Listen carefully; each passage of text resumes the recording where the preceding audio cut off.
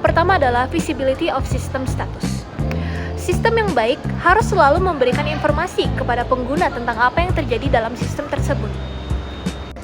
Di aplikasi Duolingo sendiri, Duolingo memberikan status sistem berupa progress bar yang akan menginformasikan sejauh mana pengguna sudah menjawab pertanyaan dalam sebuah kursus.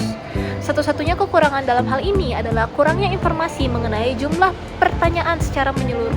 Yang kedua adalah match between system and real world. Sistem yang baik berbicara dalam bahasa pengguna, mengikuti konvensi dunia nyata, dan ada dalam urutan yang logis. Pada aplikasi Duolingo sendiri, Duolingo mengajarkan sistem kebahasaan yang akurat dan sesuai dengan tata bahasa tersebut di dunia nyata, serta mengajarkan secara sistematis mulai dari kalimat yang sering digunakan di kehidupan sehari-hari.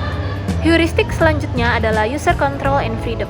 Sistem yang baik memiliki kemampuan untuk selalu membatalkan tindakan, mengubah pikiran tentang keputusan, dan memperbaiki kesalahan apapun. Di aplikasi Duolingo sendiri, Duolingo memberikan kebebasan apabila pengguna ingin keluar dari kursus di tengah pengerjaan, juga memberikan kebebasan dalam memilih dan menambahkan kursus bahasa baru.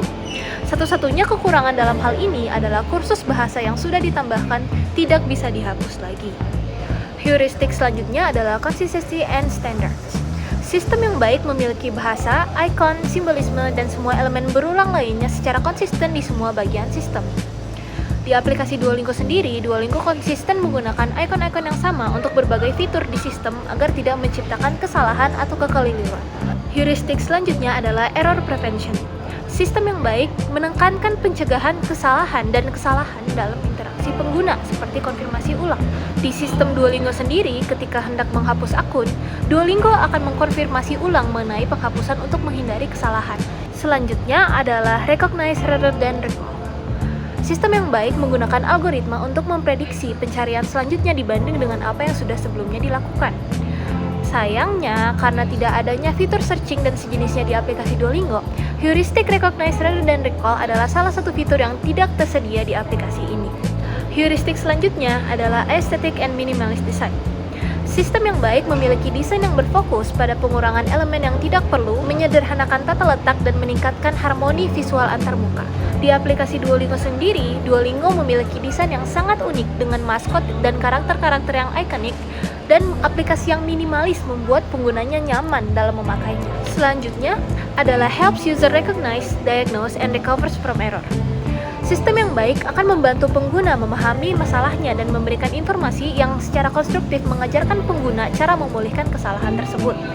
Di aplikasi Duolingo sendiri, Duolingo mempunyai fitur pengulangan untuk setiap soal-soal yang pengguna jawab dengan salah, untuk lebih lanjut mengimprovisasi skill para pengguna dalam bahasa tersebut.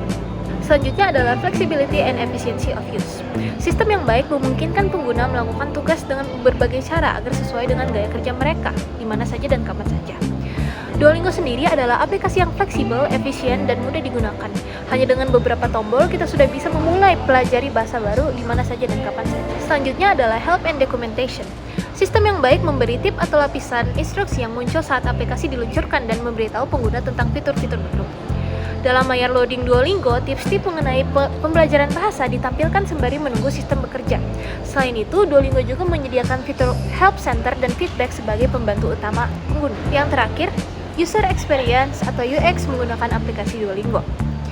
Sejauh ini, UX secara personal menggunakan aplikasi Duolingo adalah UX terbaik dalam mempelajari bahasa baru.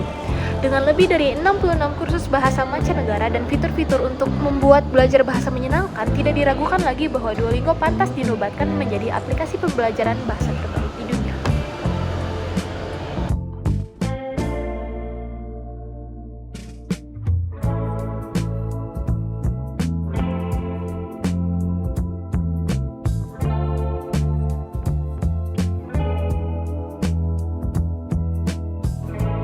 Yang pertama, visibility of system status. Jadi, chess.com dengan sangat baik memastikan bahwa kita sebagai pemain dan pengguna mengetahui status pertandingan secara real time. Saat bermain, kita bisa langsung melihat giliran siapa yang bermain. Sisa waktu yang kita miliki juga terpampang dengan jelas di sebelah pojok kanan bawah. Karena kita tahu bahwasanya semua elemen ini sangat penting, terutama bagi kita sebagai pemain catur yang mengandalkan ketepatan dan pengambilan keputusan yang cepat.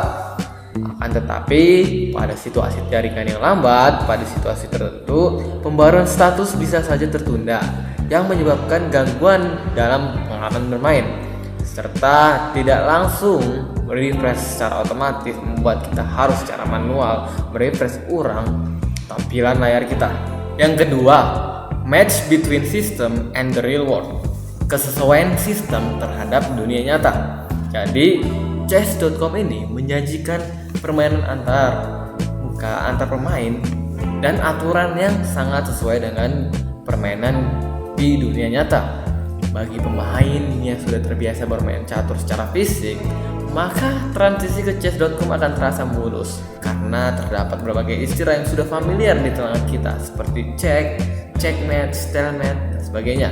Sehingga ketika kita bermain catur, pengalaman kita bermain menjadi lebih natural. Papan catur virtual dan bidak-bidak yang ada di chess.com ini juga sangat mirip dengan catur yang ada di dunia nyata dan juga telah mengikuti standar yang ada di dunia nyata.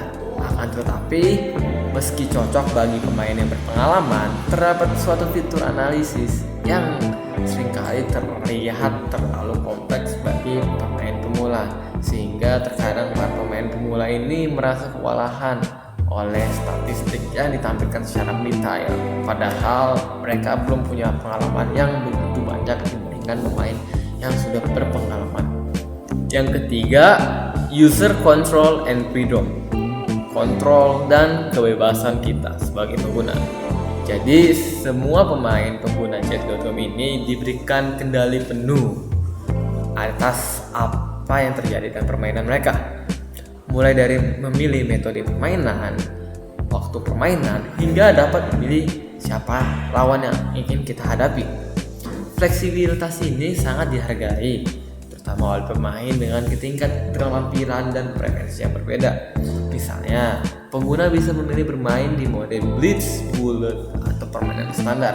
Selain itu, ada kebebasan untuk membatalkan langkah, ya walaupun hanya pada tutorial dan teka-teki.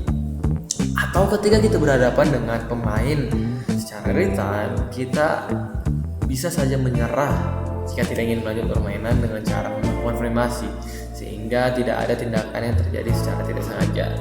Namun dalam permainan cepat seperti bullets, waktu yang singkat membuat kontrol terasa terbatas, apalagi jika kita secara tidak sengaja melakukan kesalahan yang tidak disengaja akibat waktu yang terlalu sempit serta tertekan dengan waktu, yang kemudian dapat mengurangi pengalaman kita bermain secara baik dan mungkin menimbulkan frustasi bagi kita sebagai pengguna aplikasi chess.com. Yang keempat, ada konsistensi yang standar. Jadi chess.com ini menjaga segala konsistensi dari desain, dari navigasi, dari setiap icon dan tombol yang ada di platform desktop ataupun mobile secara konsisten di seluruh halamannya.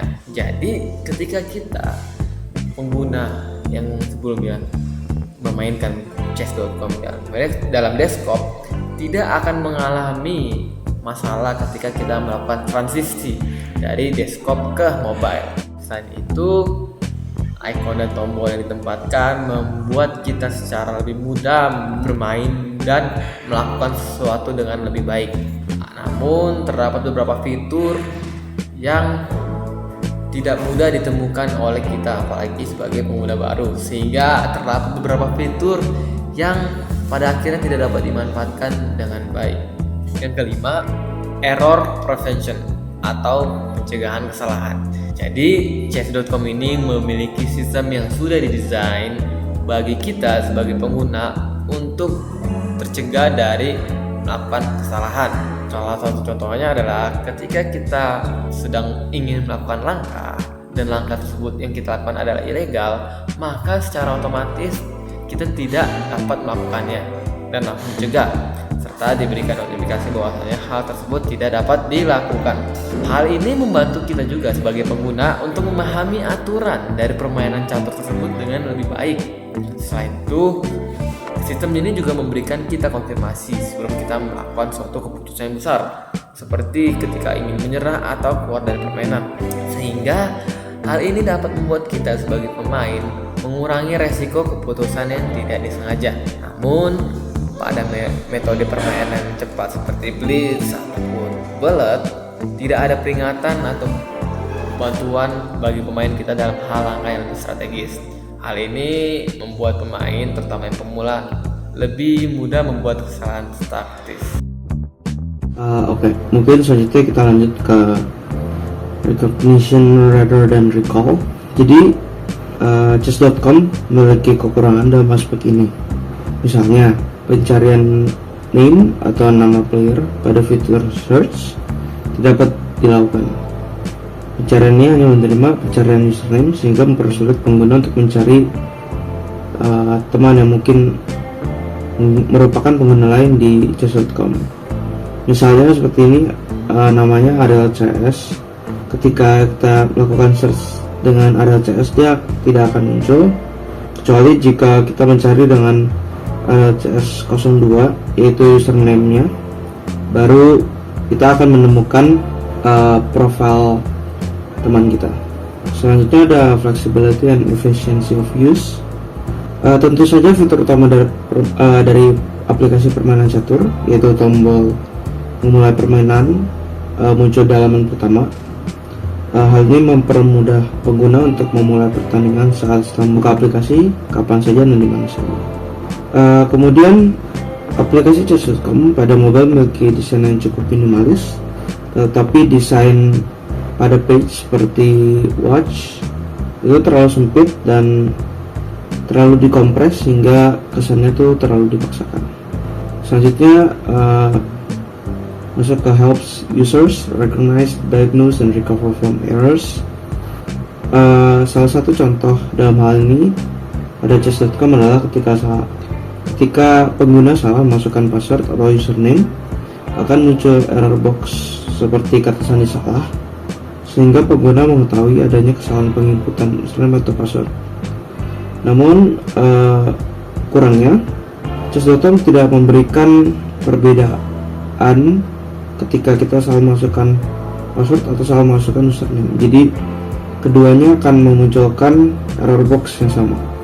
Kemudian ada help and documentation. Di sini chess.com memberikan fitur help untuk dokumentasi dan bantuan, serta kontak support untuk membantu pengguna yang merasa kesulitan dalam menggunakan aplikasi chess.com. Hal ini terdapat pada tombol help di bagian more. Next, user experience dari chess.com. Saya sendiri sering menggunakan chess.com karena saya suka mainkan catur. Sejauh ini menggunakan aplikasi chess.com selalu mudah. Fitur utamanya seperti mulai game itu mudah diakses dari homepage. Selain itu fitur-fitur yang lain juga mudah dicari dan digunakan. Misalnya kita mau melihat event turnamen catur, nah itu kita bisa ke homepage di watch dan lain-lain. Meskipun sebagian besar pengguna sering frustasi karena blunder, tidak ada kesalahan dari aplikasi yang membuat experience menggunakan aplikasi ini menjadi buruk.